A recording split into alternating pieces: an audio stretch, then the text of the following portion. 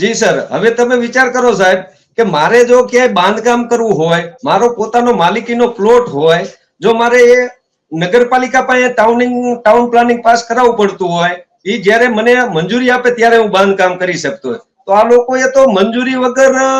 Line પણ ઉભી કરી દીધી, કોઈને પૈસા નથી ભર્યા સરકારી જમીનના, પૂરું વળતર નથી આપ્યું ખેડૂતોને, અને એની અંદર મંજૂરી લઈને કોઈને પૂછ્યા વગર પાવર ચાલુ કરીને જાહેર ચેતવણી પણ આપી દીધી. તે ઉપરથી તમને ખ્યાલ આવવો જોઈએ કે જો આ તમને જે કોષ્ટક દેખાય છે સામે, તો તેની અંદર તે લોકોએ 600 મિલિયન એટલે કે 60 કરોડ નો પ્લાન્ટ બતાવેલ છે.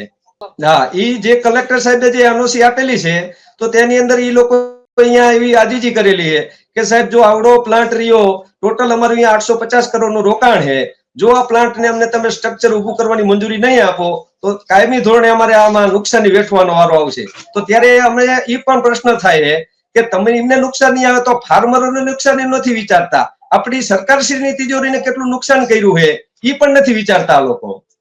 જી સર, હવે તો અમે એવી આશા રાખી કે આની અંદર કંઈક જો સુલે ભરવું ઓલું થાય તો ભલે, નહીતર ફાર્મરો મેં આની અંદર હાઈકોર્ટ સુપ્રીમ કોર્ટ લાગીને લડવાના ઓલામાં ખરા. કારણ કે કંપનીઓને અમે સરકારશ્રીને અધિકારીશ્રીને વિનંતી કરીશ, કોઈ પણ કંપની આવે પણ કોઈનો વિનાશ કરીને વિકાસ ન થવો જોઈએ.